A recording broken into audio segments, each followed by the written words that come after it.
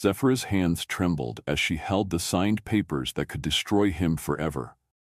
Adrian stood across her marble lobby, no longer the untouchable billionaire, his perfect suit wrinkled, desperation carved into every line of his face. "Don't do it," his voice broke. "Please." She looked at the man who had shattered her world 3 years ago, now begging at her feet. The choice in her hands could save his empire, or deliver the ultimate revenge. Her signature hovered over the page. "Hello once again, my beautiful royal story family. I'm curious, where in this beautiful world are you watching from today? Whether you're in a bustling city or a quiet village, drop your location in the comments below. If you enjoy these stories, please subscribe and hit the notification bell to join our royal story family. You'll never miss a new upload."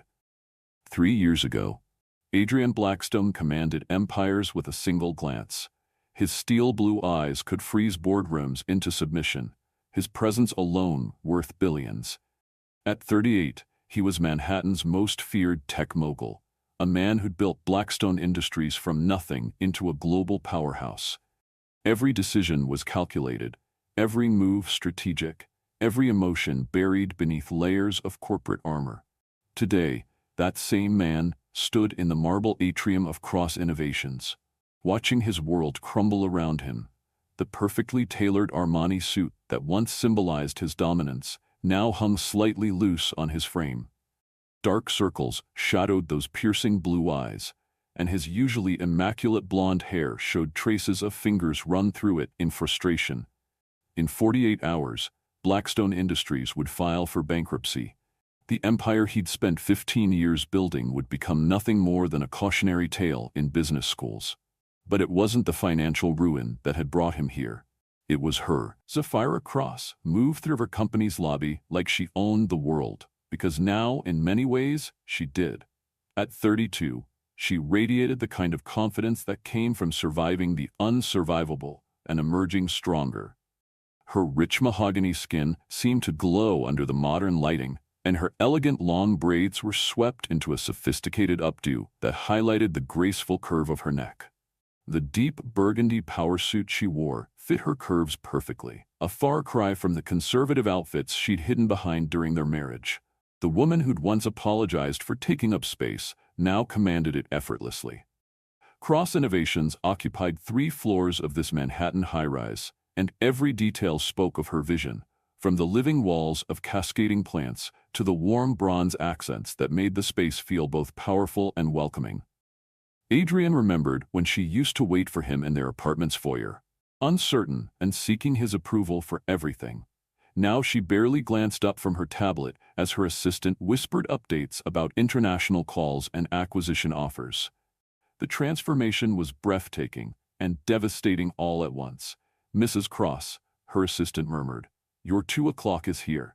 "I don't have a 2 o'clock," Zephyra replied without looking up, her voice carrying an authority that hadn't existed 3 years ago. "Actually," Adrian stepped forward, his voice rougher than he'd intended, "you do." The moment she lifted her eyes to meet his, something electric passed between them. Her composure never wavered, but he caught the slight pause in her breathing, the way her fingers tightened almost imperceptibly around her tablet. Even now, even after everything, the attraction between them remained undeniable. Adrian. His name on her lips sounded different, not bitter, not broken, but distant, professional, as if he were just another businessman seeking her time. "I wasn't expecting you. I wouldn't be here if I had any other choice." The admission cost him, but pride was a luxury he could no longer afford. "I need 5 minutes." She studied him with those warm brown eyes that had once looked at him with such love, such trust. Now they showed nothing but careful assessment. The silence stretched between them, filled with the ghost of everything they'd shared and lost. 5 minutes, she agreed finally, gesturing toward the elevator. "My office." As they rode up in silence, Adrian found himself memorizing her profile. The way the light caught the high curve of her cheekbones, the unconscious elegance in how she held herself. She'd always been beautiful, but she'd never believed it when he told her. Now, she didn't need anyone to tell her. She knew her worth, and it radiated from every pore. Her office occupied a corner of the 15th floor, floor-to-ceiling windows offering a view of the city that stretched to the horizon. The space was sophisticated yet warm, with touches that spoke of the woman she'd become.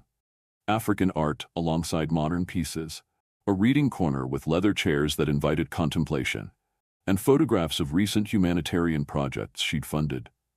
"You've done well for yourself," Adrian said, taking in the space that rivaled any boardroom he'd ever commanded. "I had excellent motivation."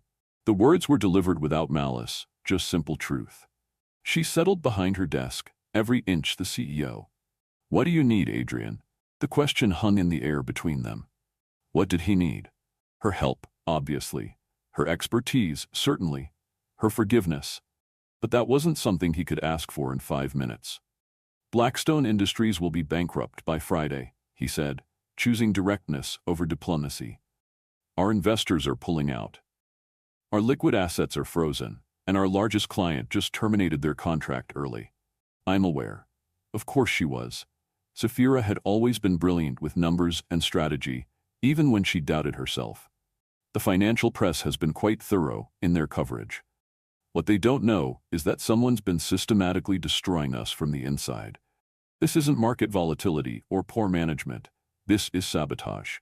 He moved closer to her desk, needing her to understand the gravity of what he was saying. And whoever's doing it has access to information only a few people possessed. Something shifted in her expression. Not sympathy, but intrigue. The brilliant mind that had once helped him navigate his most complex deals was now focused entirely on him. "You think it's someone you trust." "I know it is." The words tasted bitter. 3 months ago, we were expanding into European markets. Our projections showed record profits. Then everything started falling apart at once. Contracts canceled, partnerships dissolved, regulatory challenges in every sector. "It's too coordinated to be coincidence." Zephira leaned back in her chair, studying him with the same intensity she'd once reserved for the complex algorithms she used to write for his company. "And you came to me because you're the only person I know who's smart enough to find them and strong enough to stop them." The admission hung between them, raw and honest. "Because you know my business better than anyone, including how to tear it down from the inside." "Flattery, Adrian?" A ghost of a smile touched her lips. "That's not like you." "It's not flattery. It's fact." He stepped around her desk, close enough to catch the subtle scent of her perfume. Something new, sophisticated, that suited the woman she'd become. "You could have destroyed me 3 years ago if you'd wanted to. You had access to everything, knew all our vulnerabilities, but you didn't." "Maybe I should have." The words were soft, but they carried the weight of old pain. "Maybe you should have," he agreed. "But you didn't. And now I'm asking for your help." She stood then, moving to the window that overlooked the city. From here she could probably see the Blackstone Industries building, the glass and steel monument to his ambition that would soon belong to someone else. "What exactly are you asking me to do?" "Help me find who's doing this. Use your resources, your contacts." "In return?" He paused, knowing that what he was about to offer would change everything between them. "In return, I'll give you something you've wanted for 3 years." She turned back to him, eyebrows raised in question. "The truth," he said simply, "about why I pushed you away. About what really happened in the months before you left." The impact of his words was immediate and devastating. Color drained from her face, and her composure finally cracked. For just a moment, she looked like the vulnerable woman who'd once loved him completely, who'd been destroyed by his emotional abandonment. "You think the truth matters now?" Her voice was barely a whisper. "I think you deserve it." He moved closer, drawn by the pain in her eyes. "I think we both need it." The space between them seemed to shrink, charged with years of unresolved emotion. This close, he could see the faint scar above her left eyebrow from a childhood accident she told him about on their second date. Could see the way her pulse fluttered at the base of her throat, betraying the calm facade she maintained. "Zephira," he began, reaching toward her. "Don't." She stepped back, rebuilding her walls with visible effort. Don't think you can walk in here after 3 years of silence and expect anything from me. I built this company from nothing after you destroyed me. I survived what you did to me. I know. The words came out rougher than he'd intended. I know what I did to you was unforgivable, but I also know that you're the only person who can help me save what's left of everything I've built. She returned to her desk, putting the mahogany surface between them like a barrier. And if I refuse, then in 48 hours, Blackstone Industries ceases to exist. 3,000 employees lose their jobs. The charitable foundation we established shuts down, cutting funding to 47 organizations worldwide. He met her eyes steadily. And whoever's been destroying my company wins. The mention of the employees and foundation hit its mark. Even in her anger, Zephira had always cared about the people affected by corporate decisions. It was one of the things that had made her so valuable to his company. And so precious to him. You're not being fair, she said quietly. I know. He moved to the chair across from her desk, settling into it with the weariness of a man who'd been fighting a losing battle for months. Nothing about this is fair. Not what I did to you, not what someone's doing to my company, not me showing up here asking for help I don't deserve. She was quiet for a long moment, her fingers drumming against the desktop in a rhythm he remembered from their marriage. It was what she did when she was thinking through complex problems, weighing variables he couldn't see. 5 days, she said finally. I'll give you 5 days of my time. My team will analyze your company's data, track the financial irregularities, identify potential sources of sabotage. Zephira, I'm not finished. Her tone brooked no argument. In exchange, you'll pay Cross Innovation's standard consulting fee, $500,000, non-negotiable. And when this is over, win or lose, you walk away and never contact me again. The terms hit him like physical blows. 5 days to save everything he'd built. $500,000 he didn't have. And the promise to disappear from her life forever, once it was over. Agreed, he said without hesitation.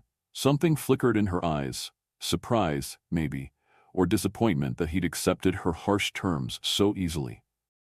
There's one more condition, she added, standing and moving back to the window. I want to know why you came to me specifically. You have contacts throughout the financial world, investigators who specialize in corporate espionage. Why me? The question he'd been dreading, the one that required him to admit truths he'd buried so deeply he'd almost convinced himself they weren't real. Because, he said, standing to face her across the office, you're the only person who ever really knew me. And right now, I need someone who understands how I think well enough to catch me if I fall. The admission hung in the air between them, heavy with implication. It wasn't just about business acumen or financial expertise. It was about the intimate knowledge that came from loving someone completely, from knowing their fears and dreams and the shadows that kept them awake at night. Adrian. Her voice was softer now, uncertain. I'll have my financial records and internal communications sent to your team within the hour, he said, retreating to safer ground. Everything from the past 6 months. If there's a pattern, you'll find it. He moved toward the door, but her voice stopped him. You said you'd tell me the truth about why you pushed me away. He turned back to find her watching him with an expression he couldn't read, vulnerable and guarded all at once. When this is over, he promised. When we find out who's been destroying my company and stop them, I'll tell you everything. Everything? Everything. The word carried the weight of 3 years of secrets. Of decisions that had seemed necessary at the time, but had cost him everything that mattered. As he waited for the elevator, Adrian caught his reflection in the polished steel doors. The man looking back at him was a stranger, desperate, defeated, hanging on to hope by the thinnest of threads. But beneath the exhaustion and fear, there was something else. Something he hadn't felt in 3 years. The possibility of redemption. The elevator arrived, and as the doors closed between them, he saw Zephira still standing by her window, silhouetted against the city skyline. She looked untouchable, powerful, everything she deserved to be. But he'd seen the way her hands had trembled when he'd mentioned telling her the truth. Had seen the flash of old pain in her eyes when he'd admitted needing someone who really knew him. 3 years ago, he'd pushed away the only woman who'd ever truly loved him, convinced he was protecting her from the darkness in his world. Now, that same woman might be the only person who could save him from losing everything else.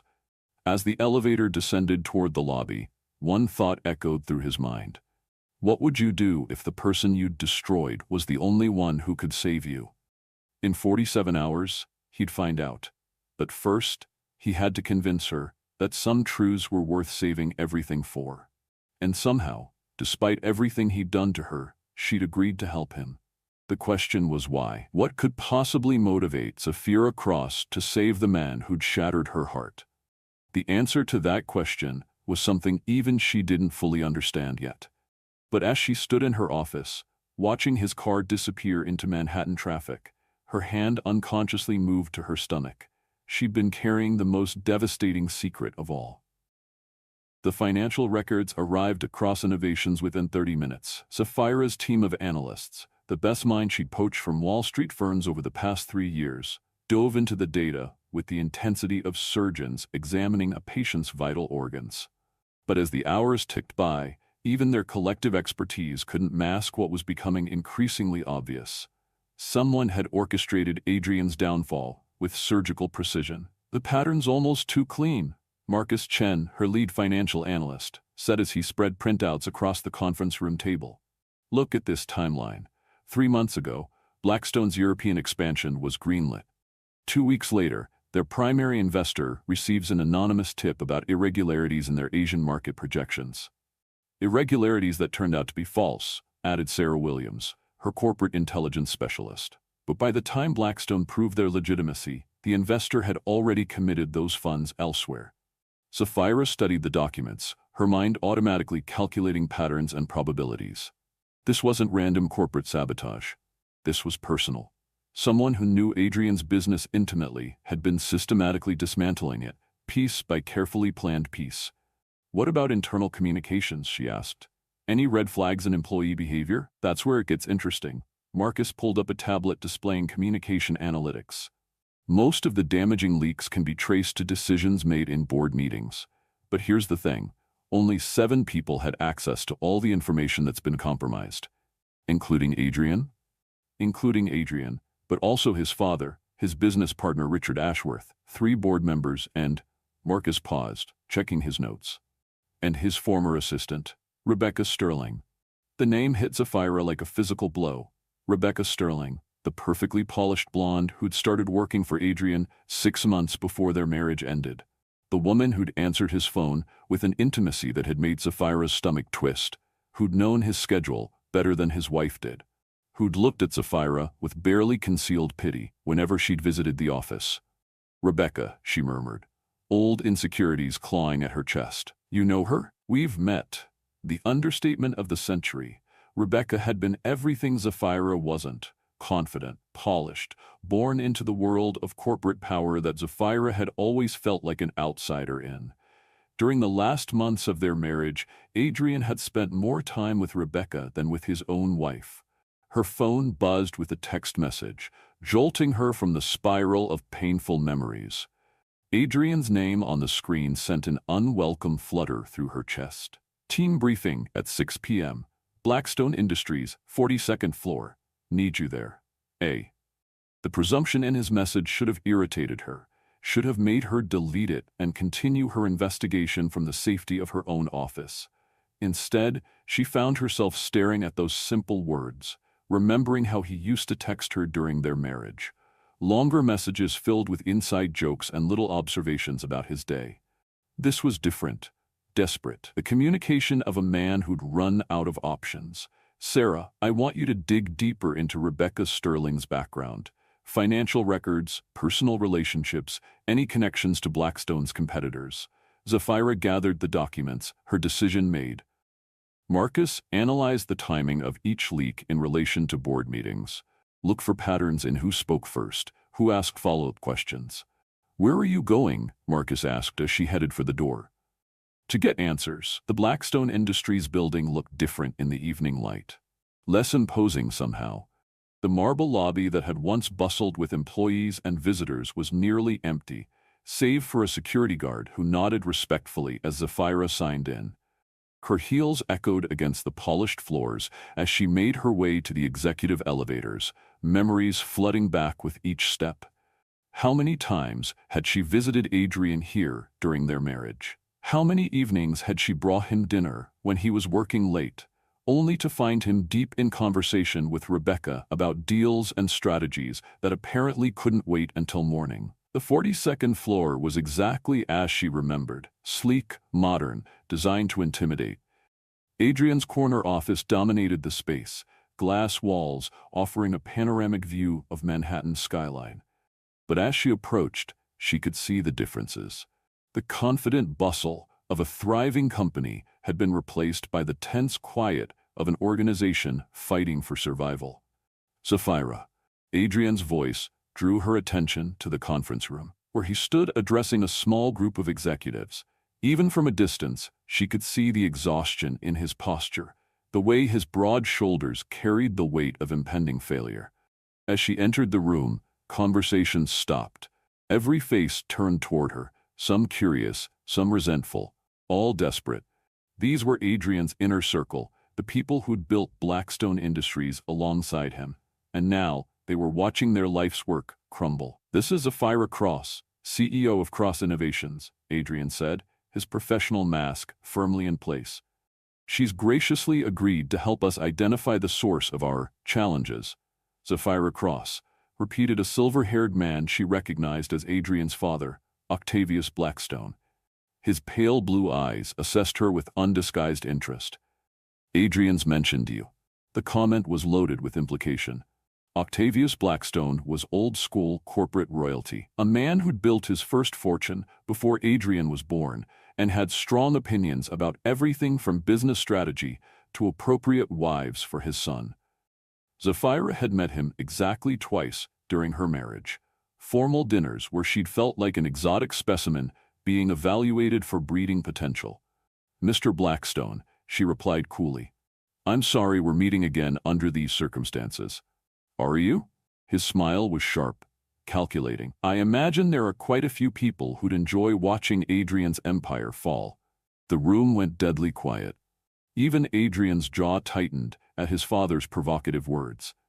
"Actually," Zafira said, setting her briefcase on the conference table with deliberate calm, "I prefer creating empires to watching them fall. It's more profitable." A few people around the table exchanged glances. Someone, she thought it might be Richard Ashworth. Adrian's business partner, actually smiled. "Right then," Adrian said, moving to regain control of the room. "Zafira's team has been analyzing our financial records. What did you find?" She opened her briefcase and spread the documents across the table, aware that every person in the room was hanging on her words. "Someone with intimate knowledge of your operations has been systematically sabotaging your deals. The pattern suggests access to board-level information and timing that indicates real-time intelligence." "Inside job," Richard muttered. "I told you, Adrian, someone's been feeding information to our competitors." "The question is who?" Zafira pulled up the timeline Marcus had prepared. 7 people had access to all the compromised information. "I'd like to interview each of them." Octavius Blackstone leaned back in his chair, studying her with renewed interest. "Including Adrian?" "Including everyone." She met his gaze steadily. "No exceptions." The old man's laugh was genuinely delighted. "I can see why Adrian married you. You don't back down, do you?" Before she could respond, the conference room door opened and Rebecca Sterling entered. The years had been kind to Adrian's former assistant. She was still strikingly beautiful, her blonde hair perfectly styled, her black dress immaculate despite the late hour. But there was something different about her now, a hardness around her eyes that hadn't been there before. "Sorry I'm late," Rebecca said, her gaze sliding from Adrian to Zafira, with barely concealed surprise. "I didn't realize we were having guests." "Rebecca," Adrian's voice was carefully neutral, "Zafira Cross is consulting on our security issues." "How unexpected." Rebecca's smile was poison wrapped in silk. "I wouldn't have thought you'd trust such sensitive work to someone with such personal investment in seeing Blackstone fail." The accusation hung in the air like a live grenade. Around the table, executives shifted uncomfortably, torn between loyalty to Adrian and suspicion of his ex-wife's motives. "Rebecca." Adrian's tone carried a warning. "What?" "I'm simply pointing out the obvious conflict of interest." Rebecca moved to her usual chair, directly across from Zephyra. After all, we all remember how acrimoniously your marriage ended. Zephyra felt heat rise in her cheeks, old humiliation and anger warring in her chest. This was exactly what she'd feared, being reduced to the role of bitter ex-wife in front of Adrian's colleagues. The woman who'd left because she couldn't handle the pressure of his world. "You're right," she said quietly, standing to face Rebecca directly. "I do have a personal investment in this situation." The room held its collective breath. "I have a personal investment in proving that I'm exactly as capable as I claimed to be 3 years ago, when I told Adrian that his company's security protocols were inadequate and his inner circle couldn't be trusted." Her voice grew stronger with each word. "I have a personal investment in showing everyone in this room that the woman you all dismissed as an unsuitable wife is now running a company that your competitors have been trying to acquire for 6 months." She turned to address the entire room, confidence radiating from every pore. "But most importantly, I have a personal investment in making sure that 3,000 innocent employees don't lose their jobs because someone in this room decided to betray the man who trusted them." The silence that followed was deafening. Even Octavius Blackstone looked impressed. "Well," Richard Ashworth said finally, "I think we can trust her motivations." Rebecca's face had gone pale, her composure finally cracking. "Adrian, you can't seriously be considering—" "The consultation is already underway," Adrian cut her off, his eyes never leaving Zephyra's face. "And given that someone in this room has been feeding information to our competitors, I'd say we need all the help we can get." As the meeting continued, Zephyra found herself watching Adrian with new eyes. The man she'd married had been brilliant, but impulsive. Passionate about his work, but sometimes careless with the people around him. This version of Adrian was different, more measured, more aware of the weight his decisions carried. Defeat had humbled him in ways success never could. But it was more than that. When he'd defended her against Rebecca's attack, something had shifted in his expression. A flash of the man who'd once fought the world to protect her, who'd seen her worth even when she couldn't see it herself. The meeting ended near midnight, with assignments distributed and deadlines set. As executives filed out, discussing strategy and damage control, Zephyra found herself alone with Adrian in the conference room. The city sparkled beyond the windows, but inside, the air felt charged with unresolved tension. "Thank you," he said quietly, "for what you said earlier. You didn't have to defend me." "I wasn't defending you." She gathered her papers, avoiding his gaze. "I was defending 3,000 employees and my own professional reputation. Of course." His smile was tired but genuine. "Still, thank you." She nodded and turned to leave, but his voice stopped her at the door. "Zephyra, there's something I need to tell you about Rebecca." Her hand stilled on the door handle. This was dangerous territory, personal history that had nothing to do with corporate sabotage, and everything to do with the intimate betrayals that had destroyed their marriage. "Adrian, don't. She was never what you thought she was." He moved closer, and she could smell his cologne, the same scent that had once made her feel safe and desired. "What happened between us, it wasn't what you imagined. It doesn't matter now."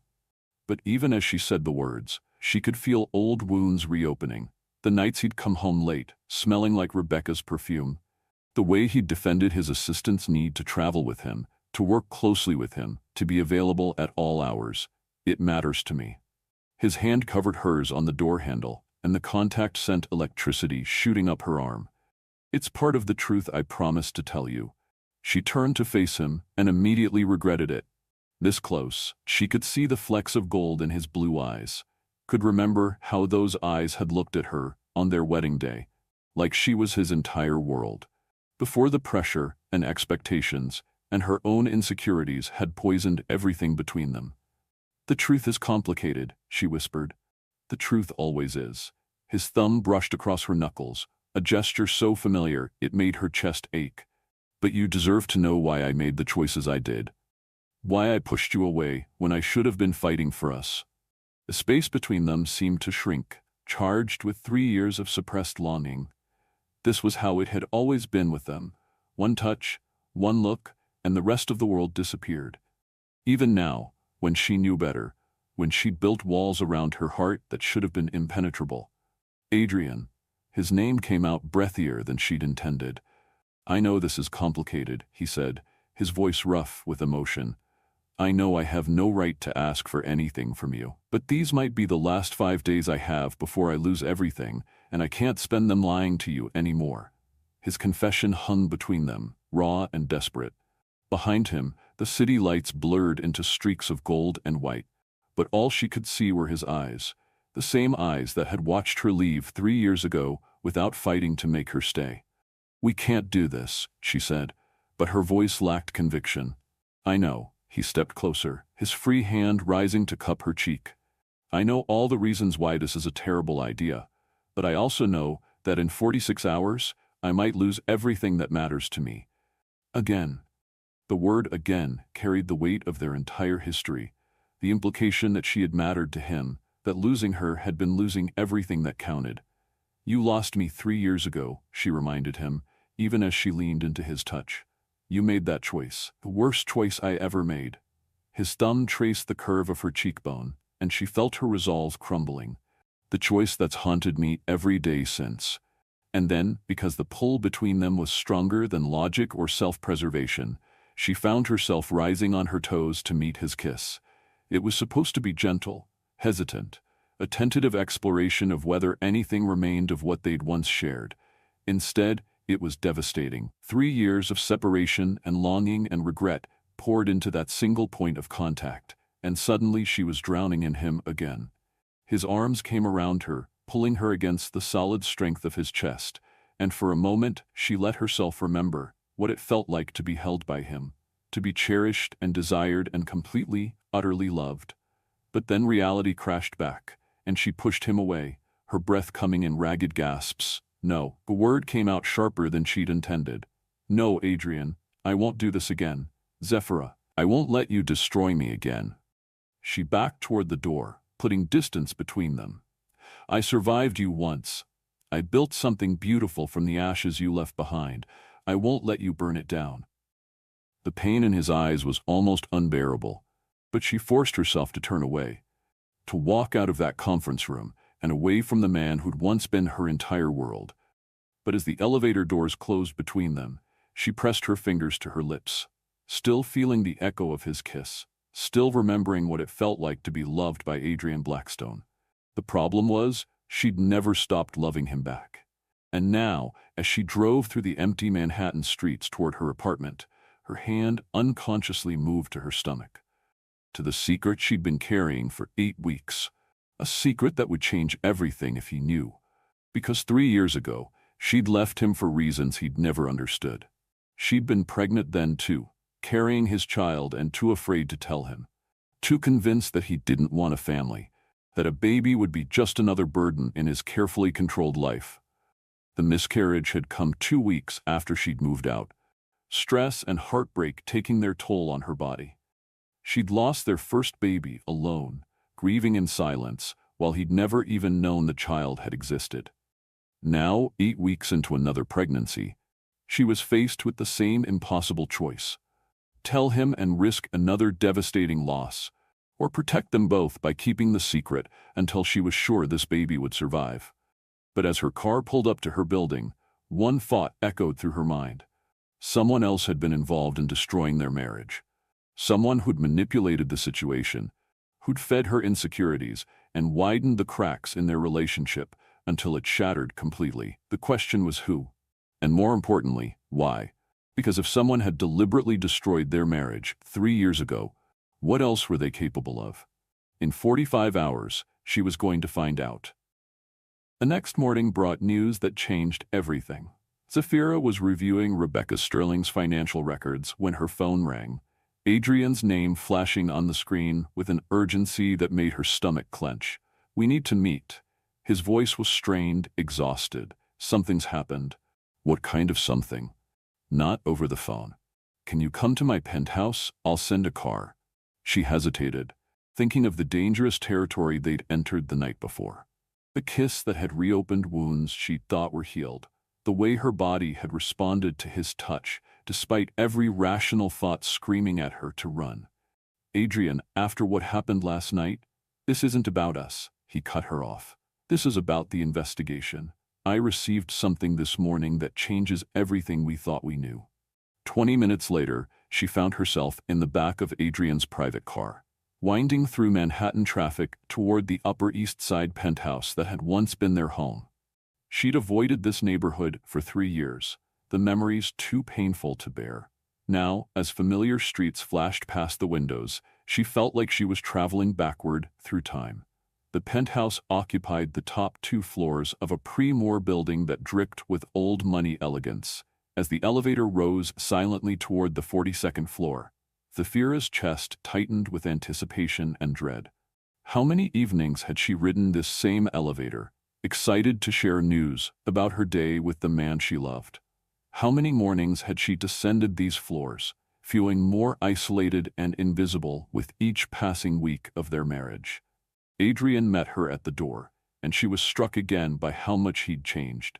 The confident swagger that had once defined him had been replaced by something rawer, more genuine. He wore jeans and a simple black sweater instead of his usual armor of expensive suits, and somehow the casual clothes made him seem more accessible, more human. "Thank you for coming," he said, stepping aside to let her enter. The penthouse was exactly as she remembered: soaring ceilings, floor-to-ceiling windows offering panoramic views of Central Park, furniture that spoke of understated wealth and impeccable taste. But there were differences, too. The fresh flowers she'd once filled every room with were gone.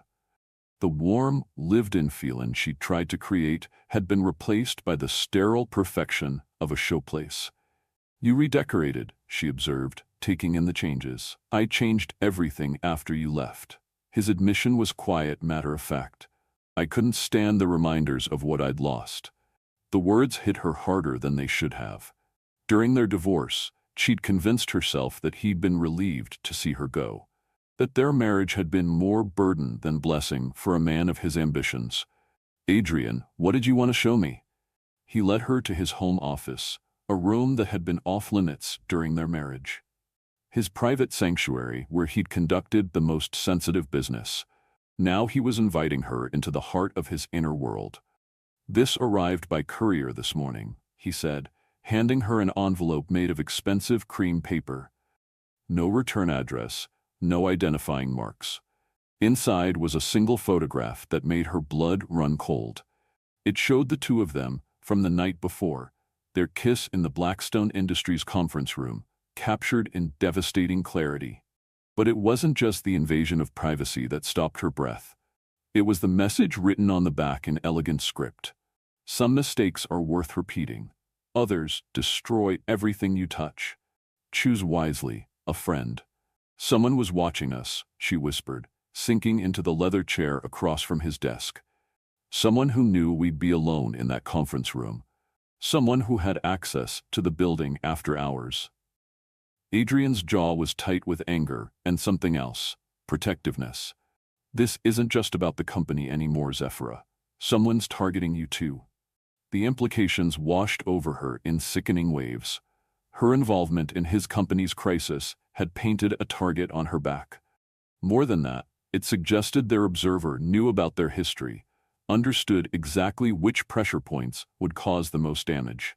"We need to call the police," she said. But even as the words left her mouth, she knew it wasn't that simple. "And tell them what? That someone took a photograph of a private moment between 2 consenting adults?" Adrian moved to pour himself a scotch from the crystal decanter on his sidebar, his hands steady despite the turmoil in his voice.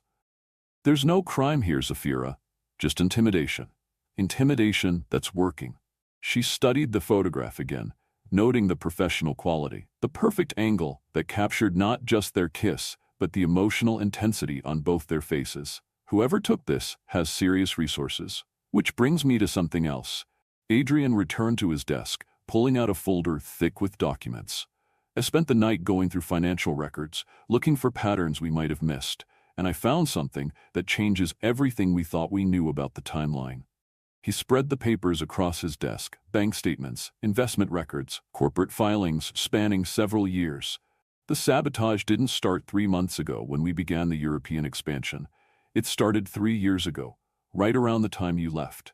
Zafira leaned forward, studying the documents with the analytical mind that had made her one of Manhattan's most sought-after consultants. The pattern was subtle but unmistakable. Small investments that should have paid off, but didn't.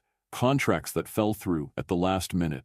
Regulatory challenges that appeared and disappeared without explanation.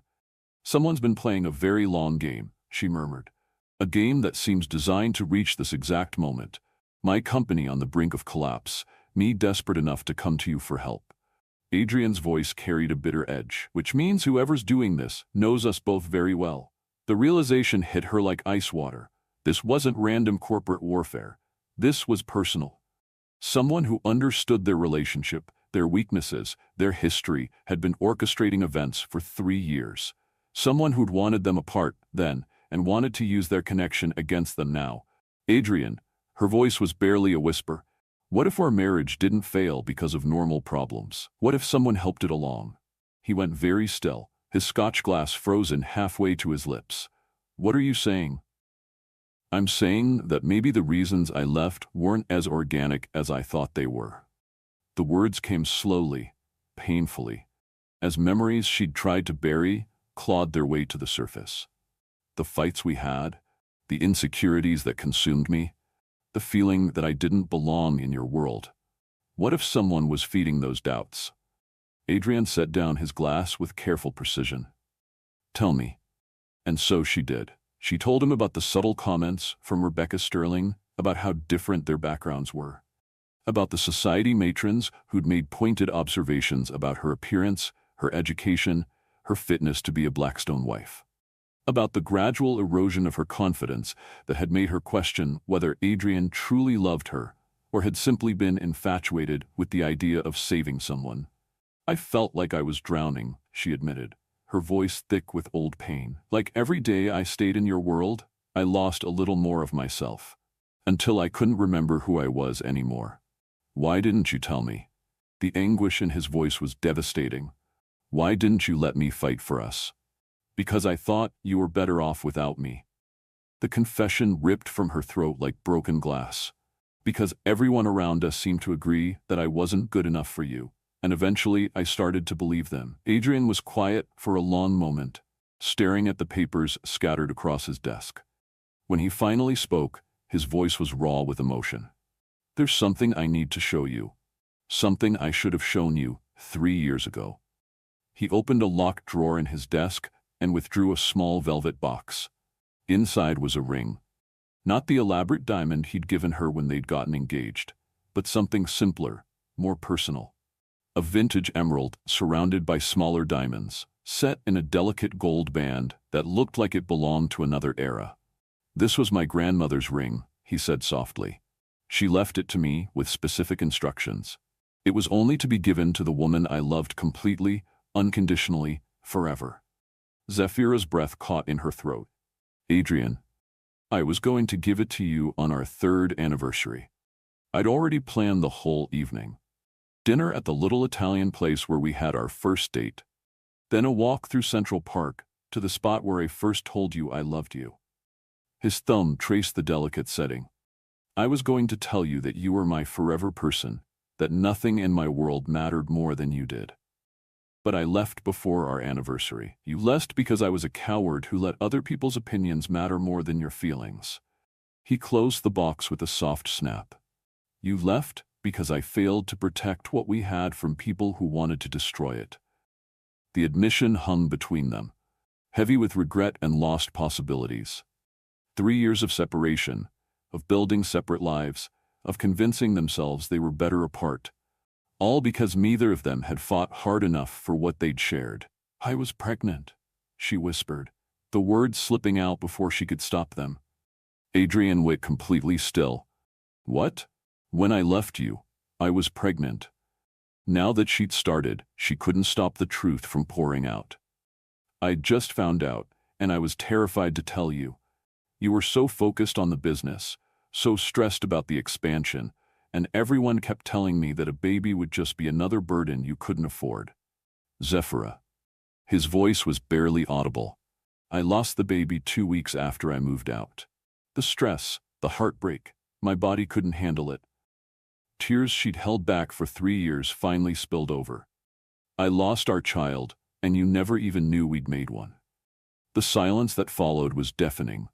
Adrian sat frozen, his face cycling through shock, grief, and devastating regret. When he finally moved, it was to come around the desk and pull her into his arms. "I'm so sorry," he whispered against her hair. "I'm so sorry you went through that alone. I'm sorry I wasn't there to protect you both." She melted into his embrace, finally allowing herself to grieve the family they'd lost. For long minutes they held each other, sharing a pain that had been too private, too devastating to bear alone. "I named her," Zephyra admitted against his chest. "In my mind, I named her Hope." Adrian's arms tightened around her, and she felt moisture against her hair. "Hope Blackstone," he said softly. "She would have been beautiful. She would have been loved." The words came out fierce, certain. Despite everything that had gone wrong between them, she'd never doubted that Adrian would have loved their child completely. When they finally broke apart, something fundamental had shifted between them. The wall of anger and hurt that had separated them for 3 years had developed cracks, allowing grief and healing to seep through. "There's more," she said quietly, knowing that half-truths would only cause more pain, "about why I've been so affected by helping you." Adrian waited, his blue eyes patient despite the emotional devastation they'd just shared. "I'm pregnant again," she whispered. 8 weeks. The impact of her words was immediate and overwhelming. Color drained from Adrian's face, and for a moment she thought he might collapse. "Mine?" The question was barely breathed. "I haven't been with anyone else since you." The admission cost her that she owed him honesty. It happened that night 3 months ago, when we ran into each other at the charity gala. She didn't need to finish. They both remembered that night, the unexpected encounter at a fundraiser they'd both attended, the way seeing each other had reopened every wound and desire they'd tried to bury, the hotel room where they'd sought comfort in familiar passion, telling themselves it was closure when it had really been desperation. "You've known for 8 weeks and you didn't tell me?" "I was terrified," she admitted. "Terrified of losing another baby, terrified of your reaction, terrified of what it would mean for both of us." Adrian stood and began pacing the length of his office, running his hands through his hair. 8 weeks. You've been carrying my child for 8 weeks, and you agreed to help save my company. The two things aren't connected. Aren't they? He turned to face her, his expression intense. "You could have refused to see me, could have let Blackstone Industries burn and never looked back. Instead, you put yourself and our baby at risk to help a man who destroyed your life." "I put myself at risk to save 3,000 jobs, she corrected. But even as she said it, she knew it wasn't the whole truth. "You put yourself at risk because you still love me," he said quietly. "Just like I never stopped loving you." The words hung between them, simple and devastating. Because despite everything, the pain, the betrayal, the 3 years of separation, he was right. She'd never stopped loving Adrian Blackstone. She'd just learned to live with the constant ache of missing him. "Love isn't enough," she said, echoing the words she'd said when she'd left him. "Love doesn't solve problems or overcome differences or protect people from getting hurt." "You're right," he agreed, moving closer. "Love isn't enough, but love plus truth, love plus the commitment to fight for each other instead of letting other people tear us apart, that might be enough." He knelt in front of her chair, taking her hands in his. "I can't change what happened 3 years ago. I can't bring back the baby we lost or erase the pain I caused you. But I can promise you that if you give us another chance, I'll spend every day proving that you and our child are more important to me than any business, any fortune, any expectation from anyone else." Adrian, she wanted to believe him, wanted to trust that this time would be different. But the scars from their first attempt at forever ran deep. "I know I'm asking for something I don't deserve," he continued. "I know I have to earn your trust again, but we're going to have a child together, Zephyra. We have a chance to do this right." Before she could respond, her phone rang with an unknown number. Something in the insistent tone made her answer despite the intensity of the moment. "Miss Cross." The voice was professional, but tense. "This is Detective Williams with the NYPD. I'm calling about your sister, Helena Cross. Ice flooded Zephyr's veins. What about Helena?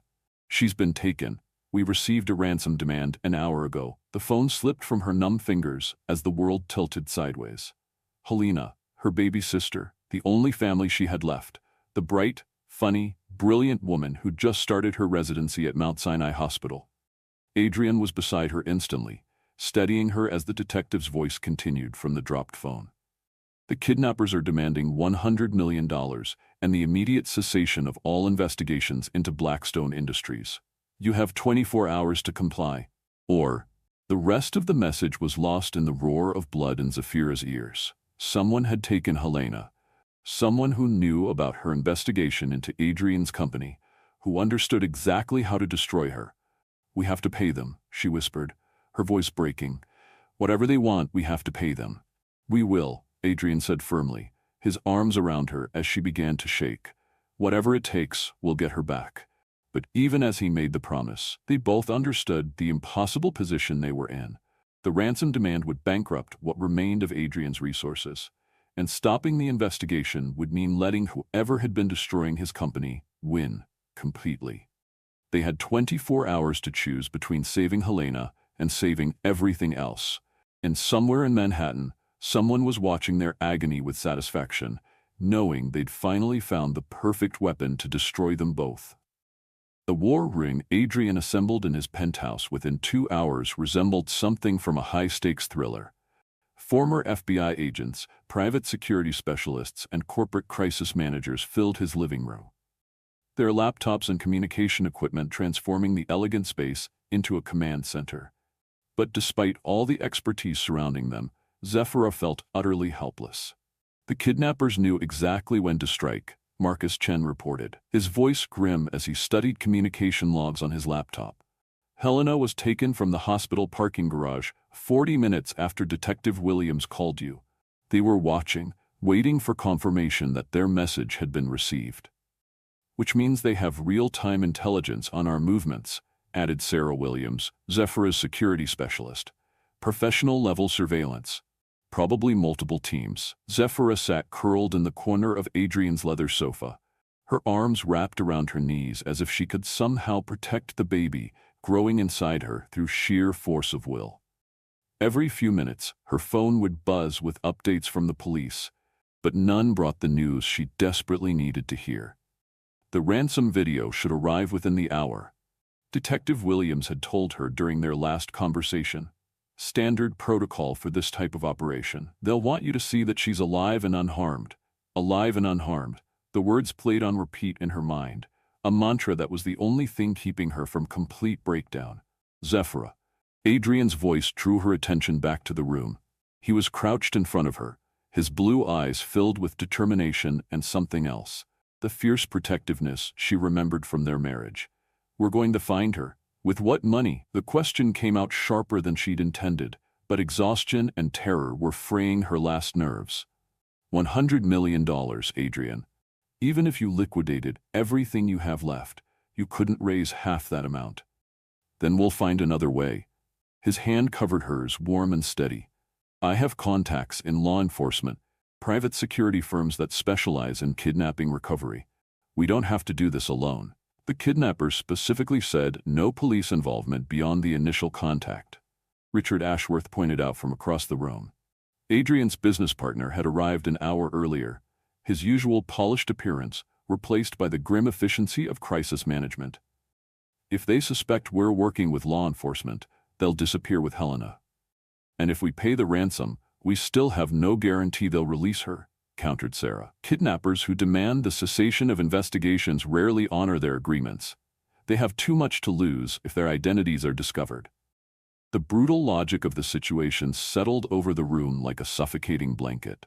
They were trapped between impossible choices, each path leading to potential disaster. Zephyr's phone buzzed with an incoming email, and her heart lurched when she saw the sender. A concerned friend. The same elegant script from the photograph that morning. It's them, she whispered, and immediately the room focused on her with laser intensity. The email contained a video file with no message. Adrian moved to sit beside her as she opened it. his presence a source of strength she desperately needed. Helena's face filled the screen, and Zafira nearly sobbed with relief. Her sister looked frightened, but unharmed, sitting in what appeared to be an elegant room with expensive furnishings. Not the dark basement or abandoned warehouse she'd been imagining. Zafira. Helena's voice was steady, despite the fear in her eyes. I'm okay. They haven't hurt me, and they say they won't, as long as you follow their instructions exactly. The camera pulled back to show Helena's full form, tied to an antique chair with silk scarves rather than rope, almost gentle restraints that spoke of kidnappers with resources and refinement. The terms are simple, Helena continued, clearly reading from a script. $100 million wired to an account they'll specify, and the immediate cessation of all investigations into Blackstone Industries. You have 18 hours remaining. If you involve law enforcement beyond the initial notification, if you attempt to trace this communication, if you deviate from their instructions in any way, they'll disappear with me forever. The video ended abruptly, leaving the room in heavy silence. At least she's alive, Sarah said finally, and from what I can see, she's being held somewhere upscale. These aren't random criminals. This is a sophisticated operation. Too sophisticated, Adrian muttered, studying the freeze frame of Helena's face. The timing, the specific demands, the knowledge of our investigation. Someone with intimate access to both our lives orchestrated this. Zafira's phone rang, startling everyone in the room. The caller ID showed a number she recognized immediately. Octavius Blackstone, Adrian's father. Answer it, Adrian said quietly, but put it on speaker. Miss Cross? Octavius's cultured voice filled the room. I heard about your sister. Terrible business. How did you hear? Zafira asked, suspicious of the timing. Word travels fast in certain circles. I'm calling because I want to help. Adrian's jaw tightened. Help how? I have liquid assets that could cover the ransom demand, Octavius said smoothly. 100 million is significant, but not impossible for someone with my resources. The offer hung in the air like a lifeline and a trap all at once. Zafira found herself torn between desperate gratitude and deep suspicion. What would you want in return? She asked. Nothing, Octavius replied, but there was something in his tone that made her skin crawl. Consider it an investment in family harmony. Family harmony? Adrian's voice was dangerously quiet. Since when do you care about Zafira's family? Since she became the mother of my future grandchild. The words hit the room like a bomb. Adrian went rigid beside her, his eyes blazing with fury. How did you? Zafira began. I have my sources. Octavius cut her off. The point is, I'm prepared to facilitate Helena's safe return, but I'll need assurance that certain... complications won't arise from this unfortunate situation. What kind of complications? Adrian demanded. The kind that come from ambitious women who think they can leverage personal crises into permanent positions in wealthy families. The insult was delivered with such casual cruelty that Zafira actually gasped. Around the room, Adrian's team exchanged uncomfortable glances. You son of a bitch, Adrian snarled, rising from the couch. You think this is some kind of scheme to get back into the family? I think Miss Cross has demonstrated remarkable timing in her pregnancy announcement. Right when you're most vulnerable, most desperate for emotional connection. Get out. Adrian's voice was deadly quiet. Get out of my home, get off my phone, and stay away from both of us. Adrian, be practical. Octavius continued as if his son hadn't spoken. You don't have the resources to save her sister. I do. But I won't be manipulated by a woman who's already cost you one marriage and now threatens to destroy what's left of your empire. The wine went dead, leaving behind a silence thick with rage and disbelief. I can't believe he said that, Zafira whispered, her voice shaking. I can't believe he thinks I would use Helena's kidnapping to manipulate you. He's wrong about everything, Adrian said fiercely, pulling her into his arms. About you, about us, about what this means. But even as he held her, Zafira could see the doubt creeping into the faces around them. The suggestion that her pregnancy announcement had been strategically timed was poisonous. designed to undermine the fragile trust they'd been rebuilding. "Maybe he's right about one thing," she said quietly. "Maybe I am bad for you.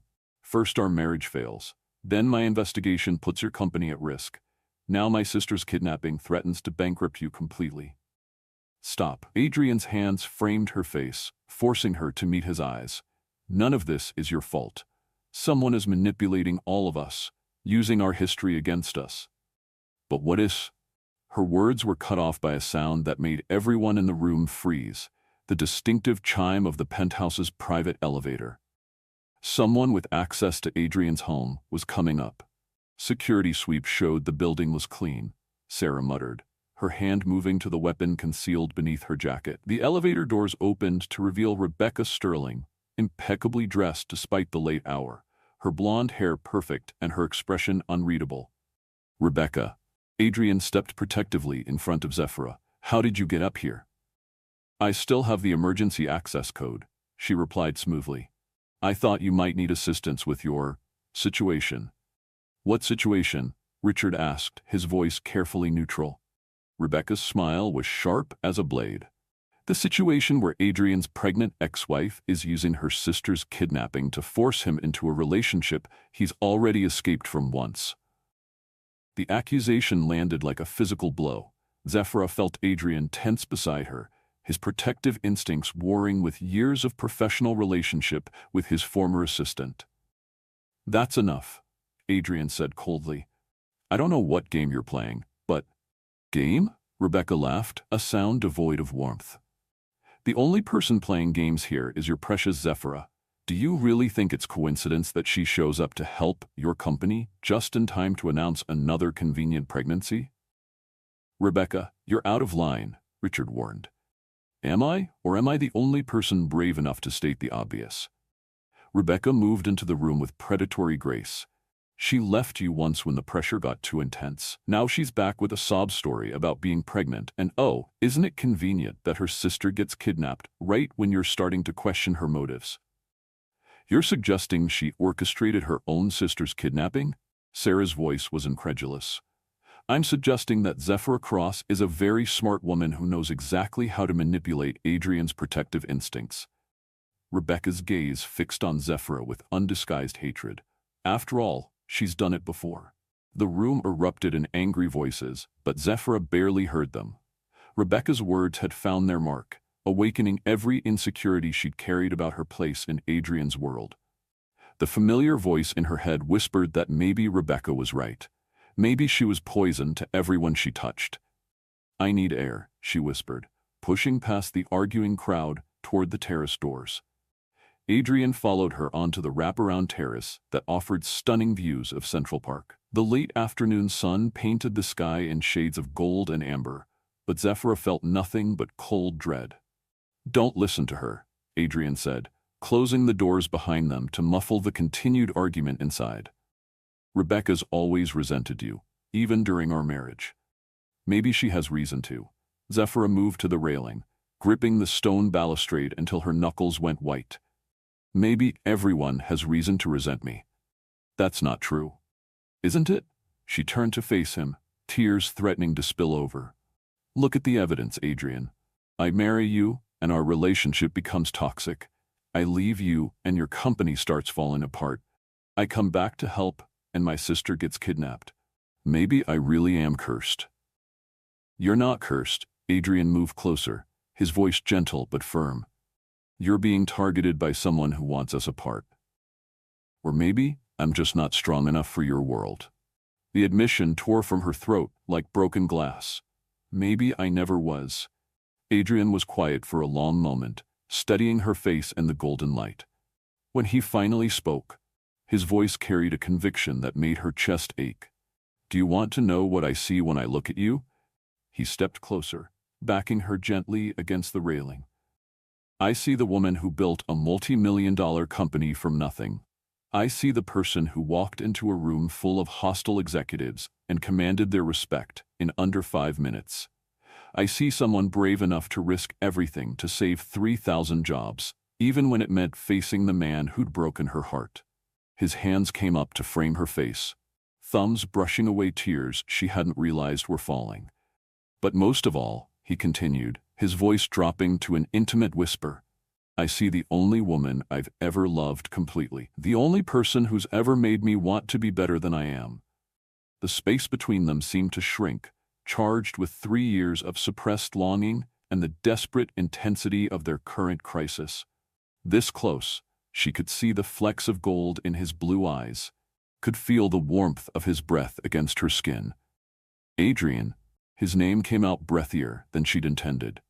I know this is complicated, he said, his forehead resting against hers. I know we have no right to want each other when everything is falling apart around us. But I also know that losing you was the worst mistake I ever made, and I'm not going to let anyone, not Rebecca, not my father, not whoever's behind this, take you away from me again. The kiss that followed was different from the desperate collision in his office the night before. This was slower, deeper, filled with promises and apologies and the kind of tender hunger that came from truly knowing someone. His lips moved against hers with the familiarity of shared history and the reverence of rediscovered treasure. When they finally broke apart, both breathing hard, the world had shifted around them. The crisis was still there, the impossible deadline still counting down, but something fundamental had changed between them. We'll find another way to save Helena, Adrian said against her lips. We'll find the money, we'll stop whoever's doing this, and we'll build a life together that no one can destroy. How can you be so sure? Because this time, I'm not going to let anyone convince me that loving you is a weakness. His hands moved to rest on her still flat stomach, where their child was growing. This time, I'm going to fight for us. The sound of footsteps made them turn toward the terrace doors. Sarah Williams appeared, her expression grim but determined. I'm sorry to interrupt, she said, but we've had a breakthrough. The video is Helena. We've identified the location. Hope flared in Zafira's chest like a physical force. Where is she? A private estate in the Hamptons, owned by a shell company, but we've traced the paperwork back to its source. Sarah's smile was razor sharp. And you're not going to believe who's been funding the operation.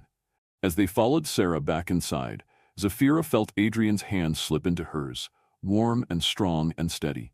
Whatever revelation awaited them, they would face it together.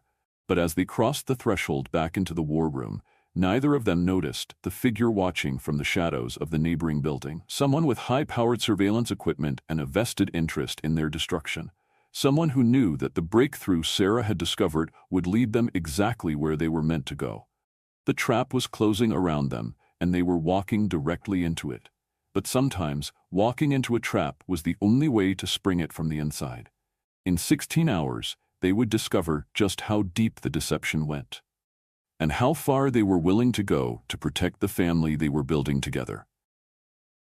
The name on Sarah's laptop screen sent shockwaves through the room that had nothing to do with the approaching thunderstorm rumbling across Manhattan's skyline. James Rothwell, Sarah announced, her voice cutting through the stunned silence. The shell company that owns the Hamptons estate traces back to Rothwell Industries. He's been funding this entire operation. Zafira felt the blood drain from her face. James Rothwell, Adrian's former business partner, the man who'd tried to muscle in on Blackstone Industries' government contracts 2 years ago. The same man who'd made increasingly aggressive acquisition offers that Adrian had consistently rejected. That's impossible, Richard Ashworth said, but his voice lacked conviction. Rothwell's been in Europe for months, expanding his operations there. Apparently he's been expanding his operations here too, Adrian said grimly, studying the financial records Sarah had pulled up. Look at this timeline. Every major blow to Blackstone Industries coincides with a significant cash injection into Rothwell's accounts. He's been systematically destroying your company to force a fire sale, Marcus Chen added, his analyst mind piecing together the pattern. Create enough financial pressure, then swoop in with a buyout offer at 10 cents on the dollar. But why involve Helena? Zafira asked, her voice tight with controlled fury. Why escalate to kidnapping? Because you complicated his timeline, Sarah replied, pulling up surveillance photos on her tablet. Your investigation was getting too close to exposing his operation. He needed a way to stop you while simultaneously destroying Adrian's remaining resources. The logic was brutal but undeniable. By demanding the $100 million ransom, Rothwell would either bankrupt Adrian completely or force them to abandon the investigation that threatened to expose him. Either way, he won. "There's more," Sarah continued, her expression grim. "The Hamptons estate? It's not just a random safe house. It's Rothwell's private retreat, the place where he conducts his most sensitive business. If he's holding Helena there, it means he's confident this operation will succeed. Or he's desperate enough to risk everything on one final gambit," Adrian countered. "Either way, we know where she is. We can't just storm the place," Richard warned.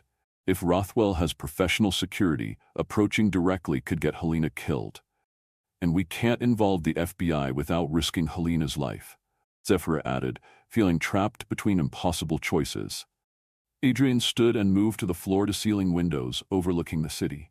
Dark clouds were gathering on the horizon, and the first fat raindrops had begun spattering against the glass. The storm that had been threatening all day was finally arriving.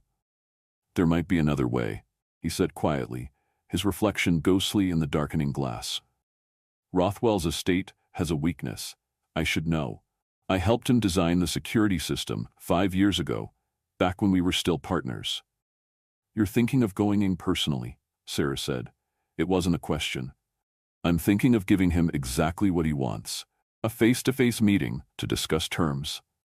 Adrian turned back to the room, his expression resolute. "He's not just after money. He wants to destroy me personally, to prove that he's the better man. His ego won't let him pass up the chance to gloat." "That's suicide," Zephyra said, rising from the couch. "If you walk into his territory, he has every advantage." "Not every advantage." Adrian's smile was sharp, dangerous. "He still thinks we don't know he's behind this. As far as he knows, we're desperate victims scrambling for solutions. That gives us the element of surprise." "Adrian, no." The words tore from Zephyra's throat with surprising force. "I won't let you sacrifice yourself for Helena. She wouldn't want that, and neither do I." Their eyes met across the room, and she saw her own desperation reflected in his gaze. They'd just found each other again, just begun to rebuild what had been broken between them. The thought of losing him now, when they had so much to fight for, was unbearable. "I'm not going alone," Adrian said, his voice gentle but firm. "Sarah's team will provide tactical support, and we'll have backup plans within backup plans. But Zephyra, this is the best chance we have to save your sister and stop Rothwell before he destroys everything else." Thunder crashed overhead, punctuating his words with ominous finality. The storm had arrived with a vengeance, turning the windows into rivers of silver as rain lashed against the glass. "The weather's going to work in our favor," Sarah observed, studying radar images on her phone. "Limited visibility, electronic interference from the storm. Perfect conditions for a covert approach." "How long do we have?" Zephyra asked, hating that she was even considering this insane plan. "Rothwell's expecting contact within the next few hours," Sarah replied. "If we're going to move, it has to be tonight." The room fell silent, except for the drumming of rain against windows and the distant rumble of thunder. Everyone understood the stakes. Helena's life, Adrian's safety, the future of everything they'd been fighting to protect. "There's something else," Adrian said quietly, his eyes never leaving Zephyra's face. "If this goes wrong, if Rothwell has set a trap we haven't anticipated, I need you to promise me something." "Adrian, promise me you'll protect our baby. Promise me you'll disappear if necessary. Change your name, start over somewhere safe." His voice was raw with emotion. "Promise me you won't let our child pay for my mistakes." The request hit her like a physical blow. The idea of running, of living in hiding while raising their child alone, was almost as devastating as the thought of losing him. "I promise," she whispered, because she could see in his eyes that he needed to hear it. "But I'm also promising you something else." She moved to him, placing her hands on his chest, where she could feel his heart beating strong and steady beneath her palms. "I'm promising that we're going to survive this. That we're going to save Helena and stop Rothwell and build the life we should have had 3 years ago." Her voice grew stronger with each word. "I'm promising that our baby is going to grow up with both parents, in a world where love is stronger than fear."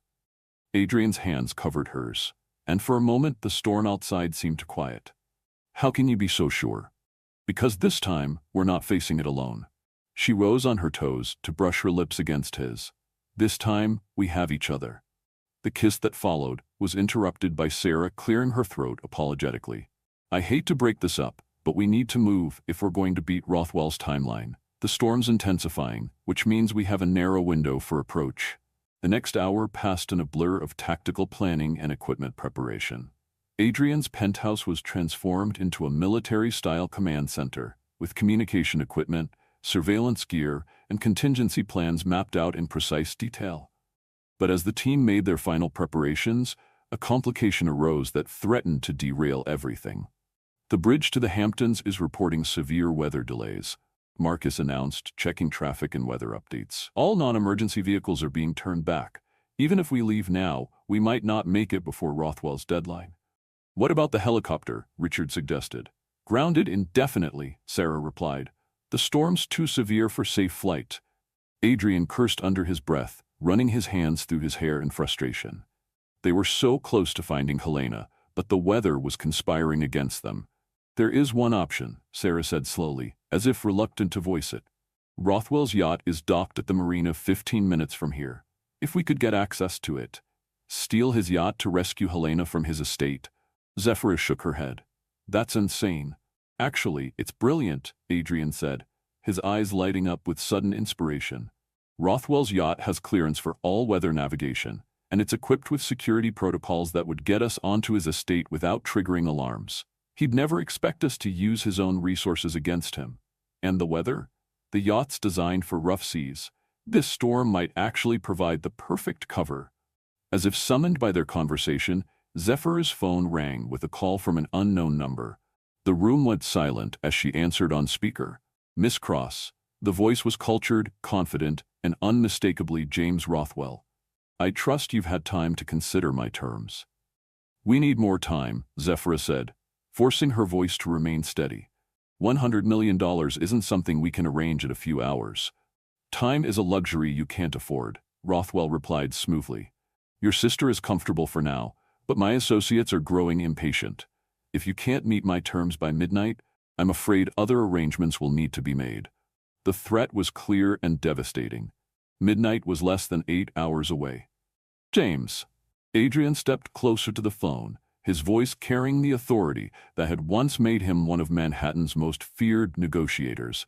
Let's discuss this face to face, man to man. Rothwell's laugh was cold, calculating. How refreshingly direct. Yes, I think a personal meeting, you'd be illuminating. My yacht in 1 hour. Come alone, and perhaps we can reach an accommodation. I'll be there. Oh, and Adrian, bring your lovely ex-wife. After all, this concerns her sister.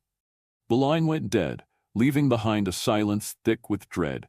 It's a trap, Sarah said immediately. He's separating you from your support team, getting you both onto his territory where he has complete control. I know, Adrian replied, but it's also our best chance to get close enough to Helena to mount a rescue.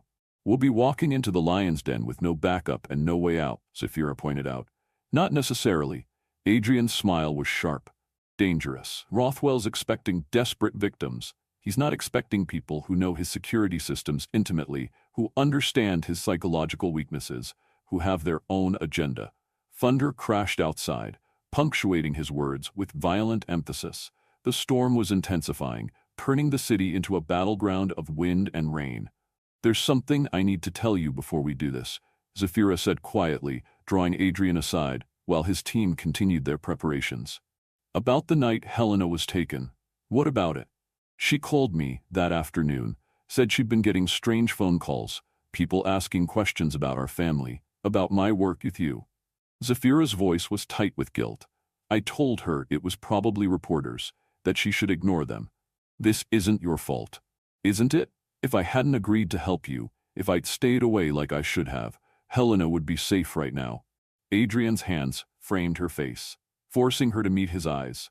If you hadn't agreed to help me, Rothwell would have destroyed my company and moved on to his next target. Helena might have been safe temporarily, but his operation would have continued unchecked.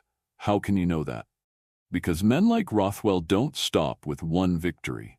They escalate until someone stops them.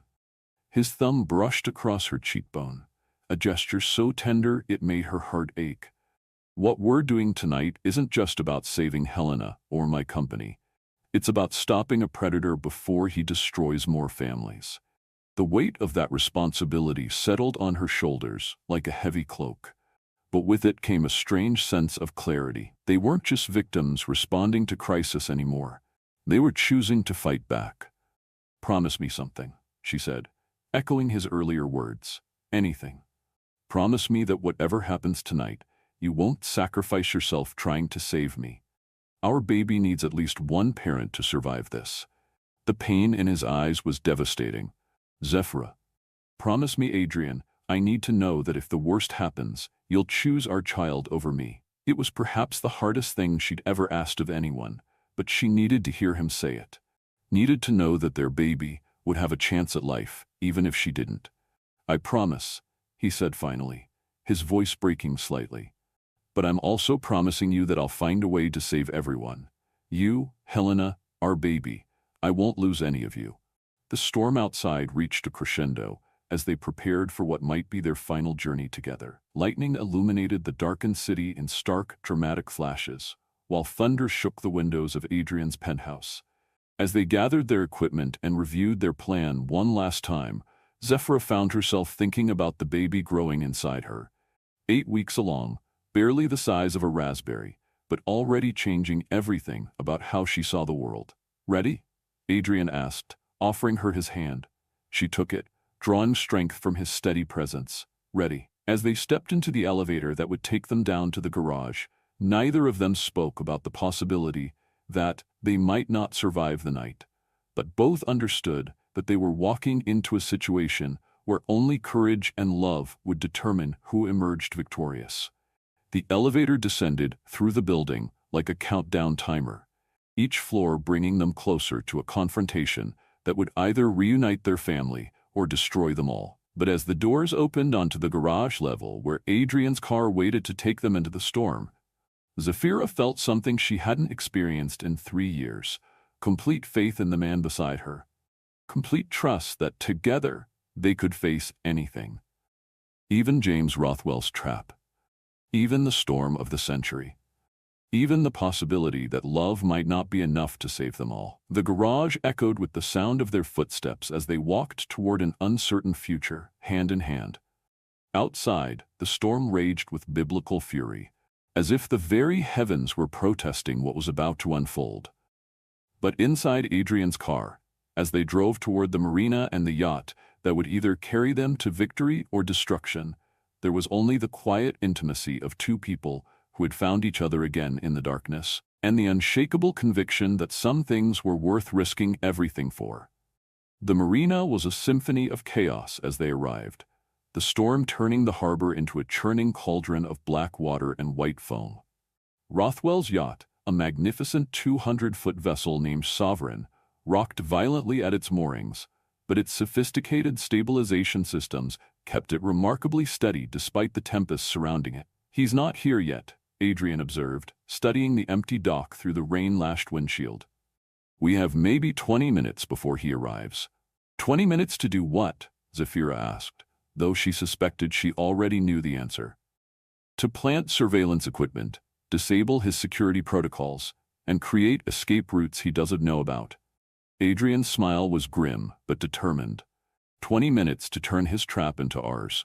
They ran through the driving rain toward the yacht, their clothes soaked within seconds, despite the expensive raincoat Sarah's team had provided. The Sovereign's crew had apparently been dismissed for the evening, leaving the vessel eerily quiet except for the storm's fury and the rhythmic creaking of metal and rope.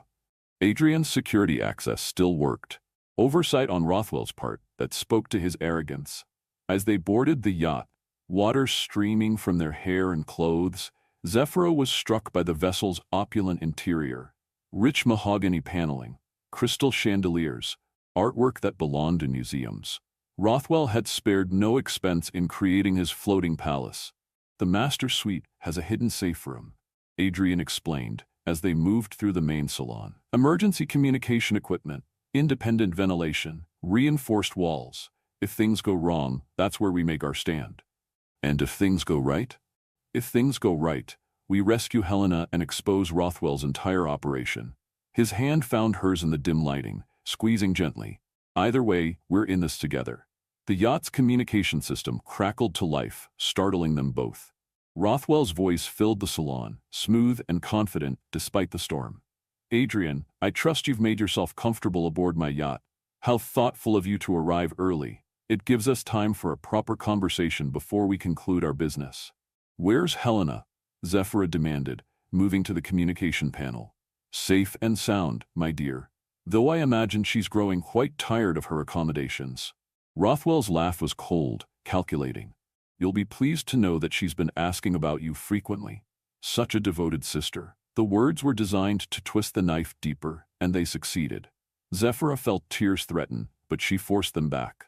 Helena needed her to be strong now. What do you want, Rothwell? Adrian's voice carried the authority that had once made him Manhattan's most feared negotiator. What I've always wanted. Recognition that I'm the better man. That I built the superior empire while you've been playing house with women who are beneath your station. The contempt in Rothwell's voice was palpable. Your father understood that, you know. He's been quite helpful in making you see reason. The revelation hit like a physical blow. Octavius Blackstone, Adrian's own father, had been working with Rothwell. You're lying, Adrian said, but his voice lacked conviction. Am I? Who do you think provided the inside information about your expansion plans? Who gave me access to your board meetings, your financial projections, your most sensitive business decisions? Rothwell's pleasure was audible. Your father approached me 6 months ago with a proposal. Help him save you from making the same mistakes he did 40 years ago. What mistakes? Zephyra asked, though she dreaded the answer. The mistake of choosing love over legacy. Allowing sentiment to cloud business judgment. Rothwell's voice turned philosophical, almost gentle. Octavius lost his first wife in a car accident because he was rushing to save a failing business deal instead of being with her when she went into labor. She died alone, Adrian. Your mother died alone because your father chose money over family. The words landed like hammer blows. Adrian staggered backward, his face draining of color as the implication sank in. He's been trying to save you from repeating his greatest regret, Rothwell continued, by removing the distractions that would lead you down the same path. I'm not a distraction, Zephyra said fiercely. I'm the woman he loves. Love is a luxury men like us can't afford, Rothwell replied smoothly.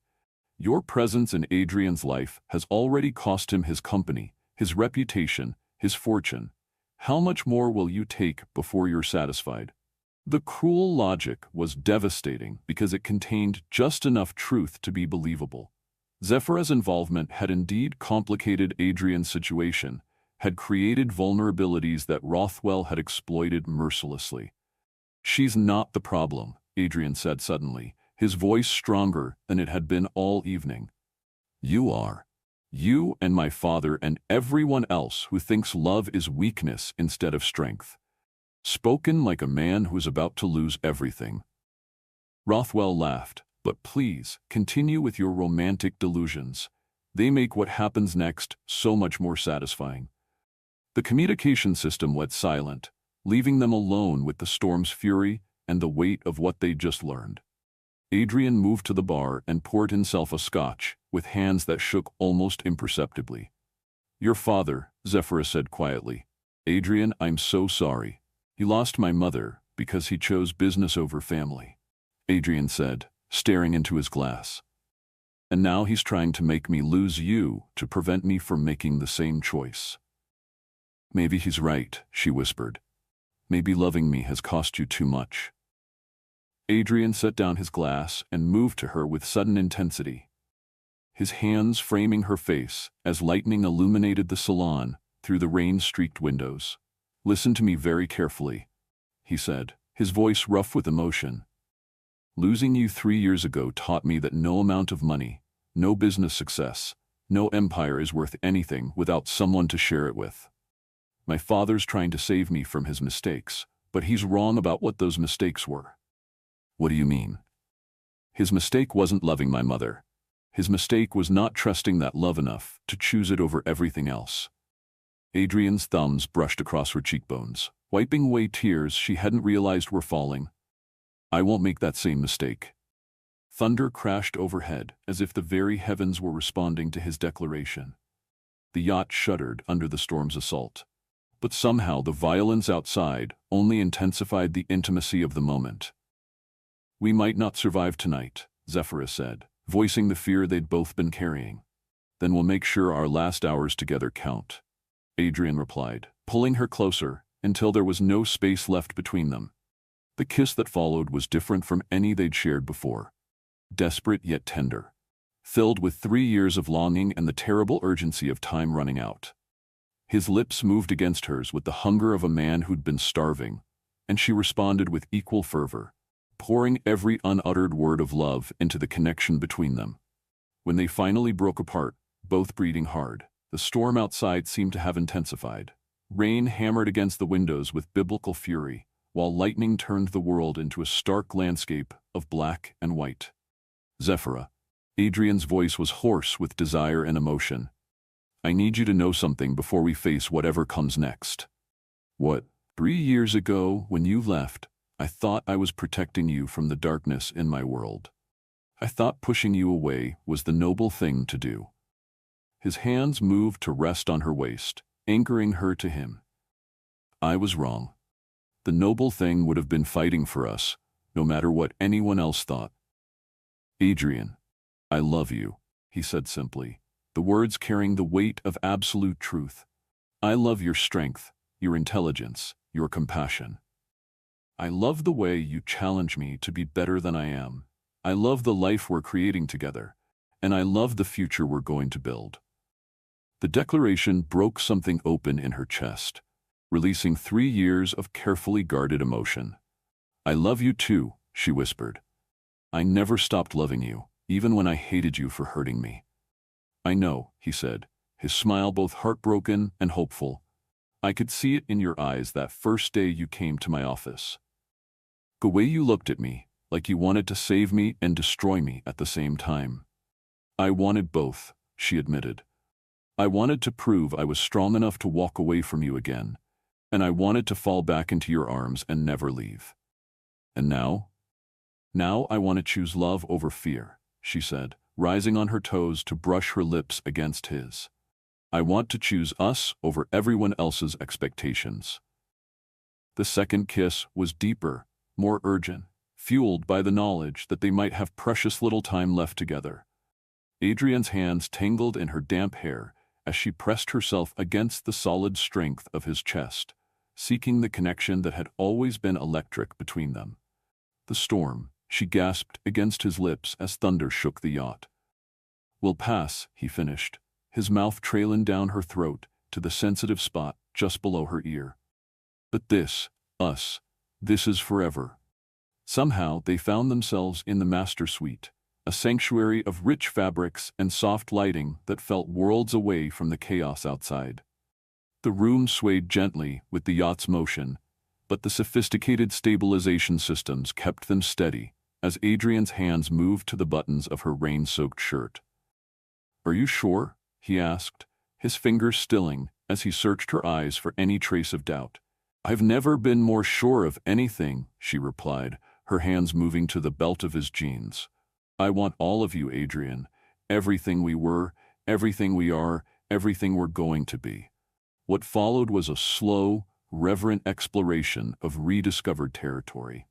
Adrian's lips traced patterns of fire across her skin, relearning every curve and sensitive spot with the devotion of a pilgrim visiting a sacred shrine.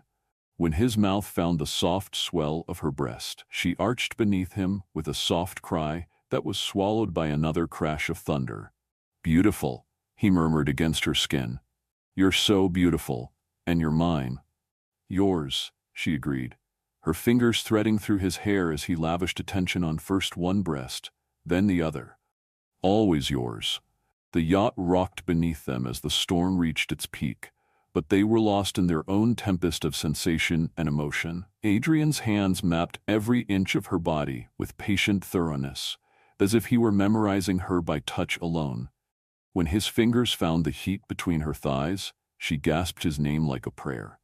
"Please," she whispered, her body arching toward his touch. "I need you." "I need you too," he said, his voice rough with desire. "More than my next breath, more than anything." When he finally joined with her, it was with a tenderness that made tears spill from her eyes. They moved together in the ancient rhythm of love, their bodies finding perfect synchronization despite the years apart. Every thrust, every caress, every whispered endearment was both a reclamation and a promise. "I love you," she gasped as the tension built between them, coiling tighter and tighter until she thought she might shatter. "I love you so much." "Show me," he urged, his movements becoming more urgent. "Show me how much."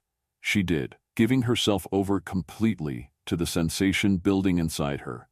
When release finally claimed her, it was with Adrian's name on her lips and his body surrounding her like a shelter from every storm. He followed moments later, her name a broken prayer, as he emptied himself into her welcoming heat.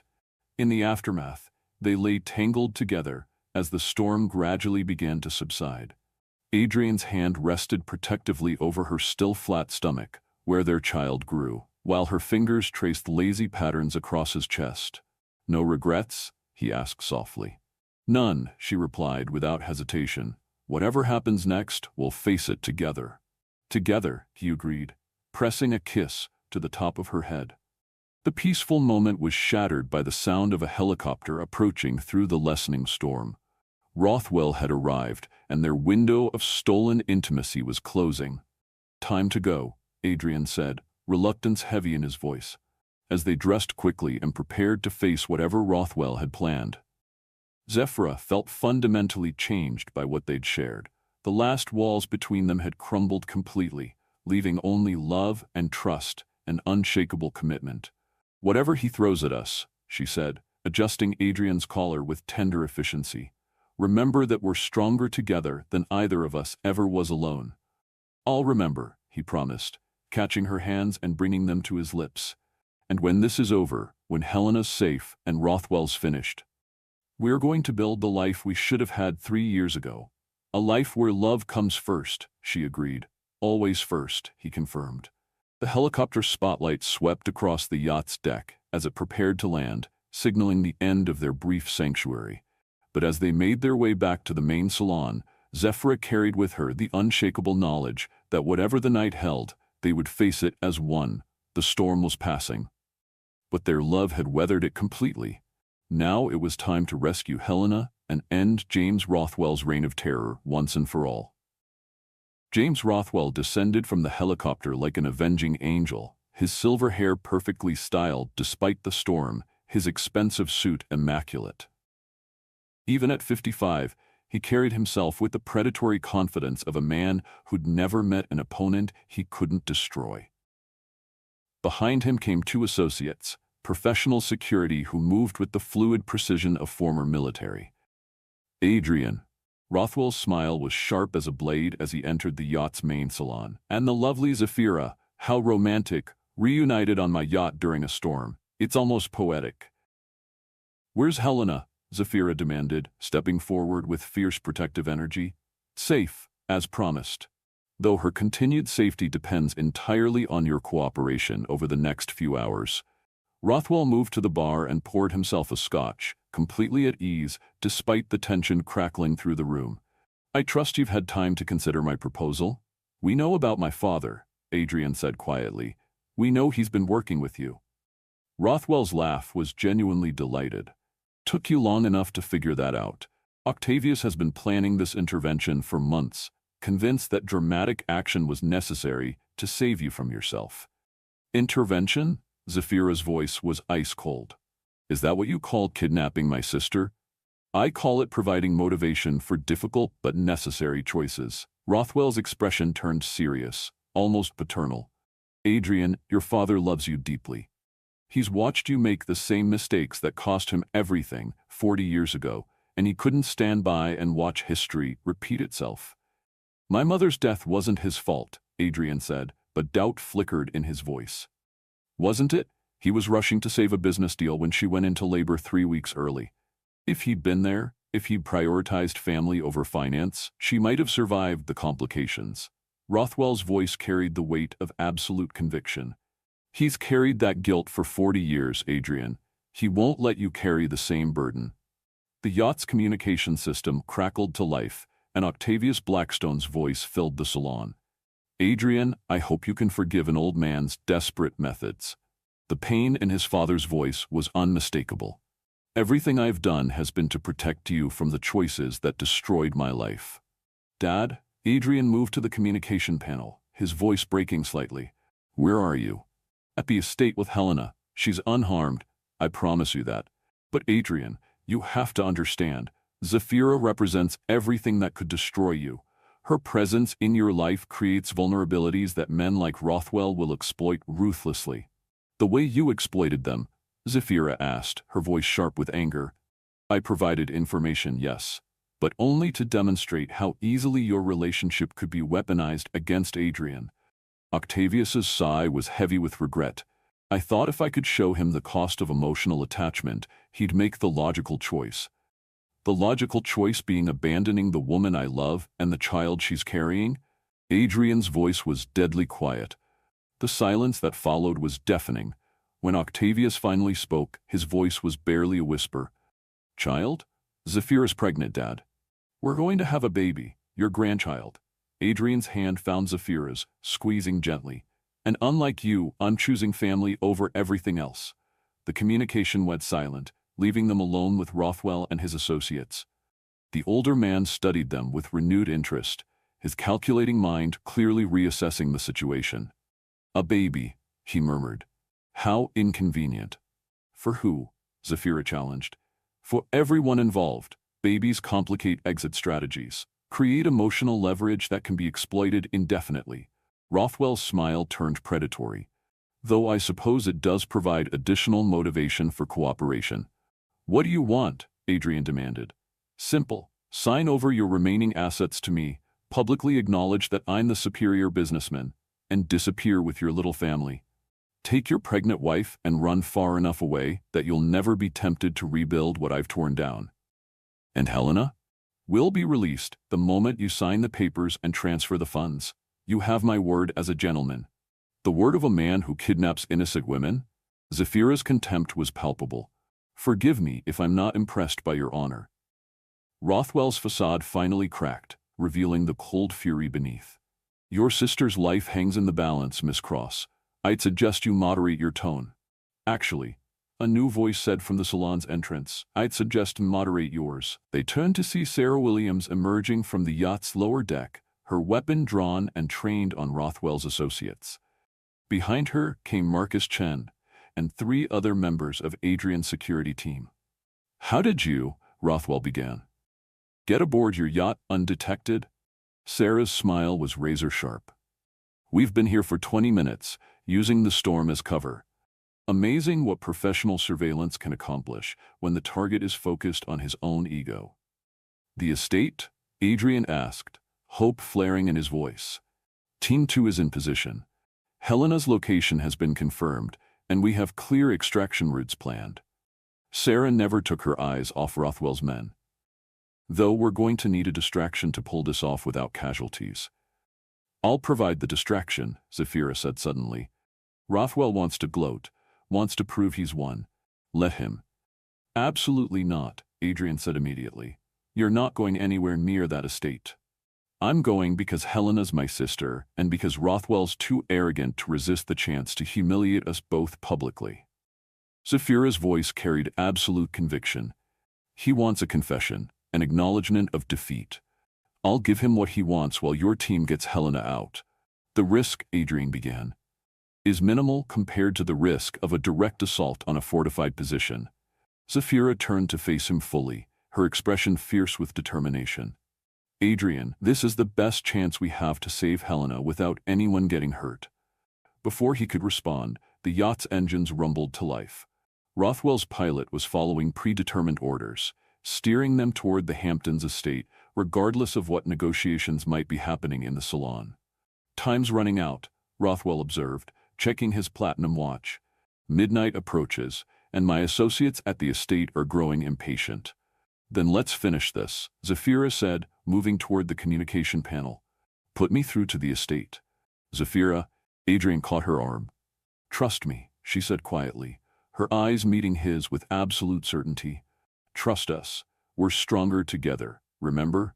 After a moment that felt like an eternity, Adrian nodded. Together, he agreed. The next 20 minutes unfolded with the precision of a military operation. Zafira's conversation with Octavius Blackstone was a masterclass in psychological manipulation, as she systematically dismantled his justifications while simultaneously providing tactical information to Sarah's extraction team. You think you're protecting Adrian, she said into the communication system, but you're actually destroying him.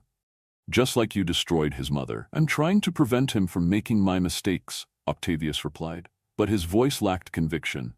Your mistake wasn't loving your wife. Your mistake was not trusting that love enough to choose it consistently. Zafira's voice grew stronger with each word. Adrian's not going to repeat your failures because he's learned from them. He's choosing love over fear, family over fortune. And if that choice destroys him, then he'll rebuild, with me beside him supporting him, loving him through whatever comes. She looked directly at Adrian as she spoke. Because that's what real love does. It makes you stronger, not weaker. The communication went silent for several long moments.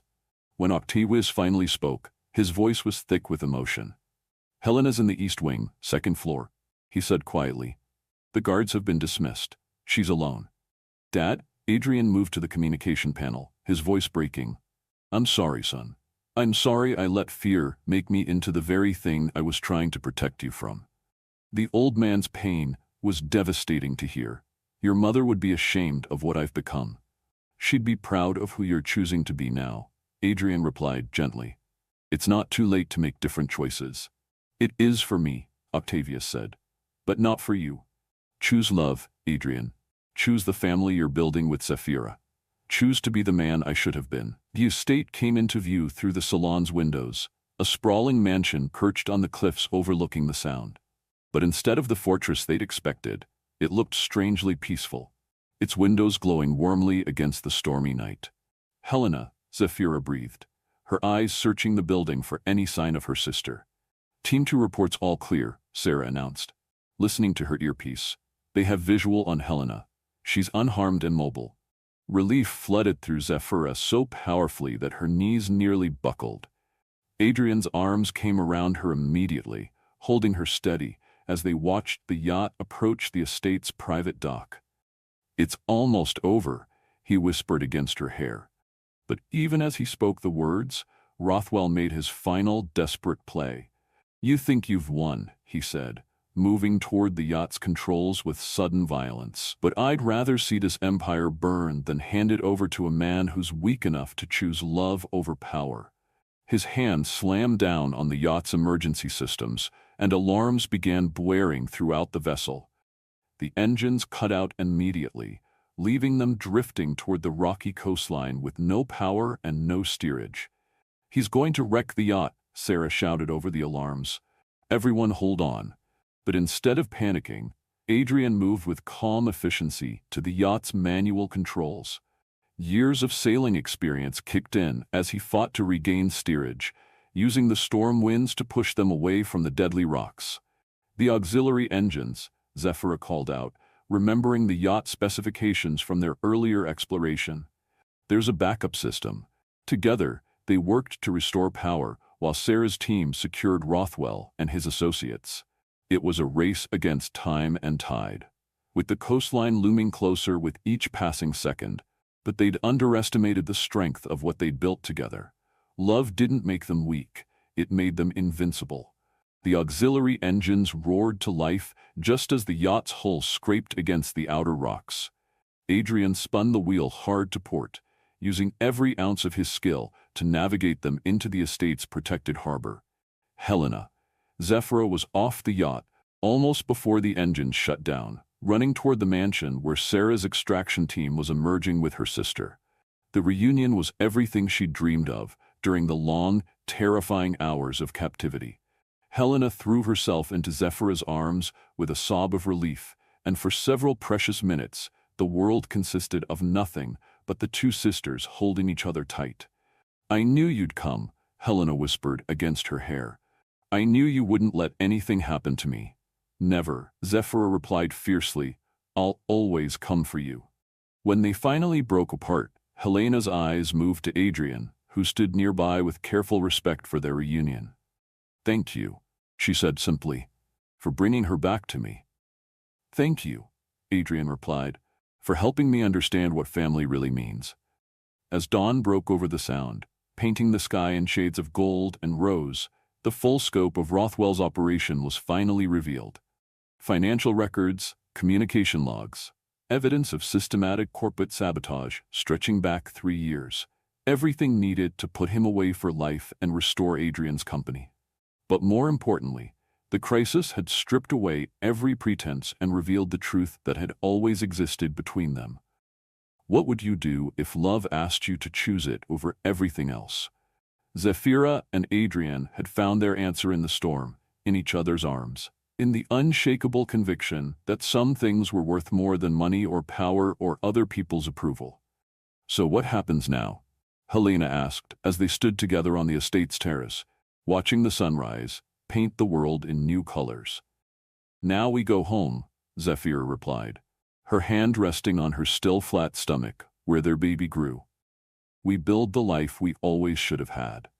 A life where love comes first," Adrian added, his arms coming around both sisters. "Always first." The storm had passed, leaving behind a world washed clean and full of infinite possibility. And in that world, love had proved stronger than fear, family more valuable than fortune, and truth more powerful than any lie. "Remember when I asked what you would do if the person you'd destroyed was the only one who could save you?" Zephyra and Adrian discovered that sometimes the act of saving someone else is actually what saves yourself. The greatest transformations happen not when we're trying to protect ourselves, but when we're willing to risk everything for the people we love. Their story reminds us that real strength comes from vulnerability, real power from surrender, and real victory from choosing each other over everything else the world might offer. I'm curious, have you ever had to choose between what felt safe and what felt true? Between protecting yourself and protecting someone you loved? Share your experiences in the comments below. Your stories inspire not just me, but this entire beautiful community we've built together. If this story touched your heart, please hit that like button and subscribe to our Royal Story family. Tomorrow brings another tale of love, courage, and the beautiful complexity of human hearts finding their way to each other. Until then, remember that you are royalty, kings and queens of your own stories, worthy of love that chooses you every single day. Sweet dreams, my beautiful family. Sweet dreams.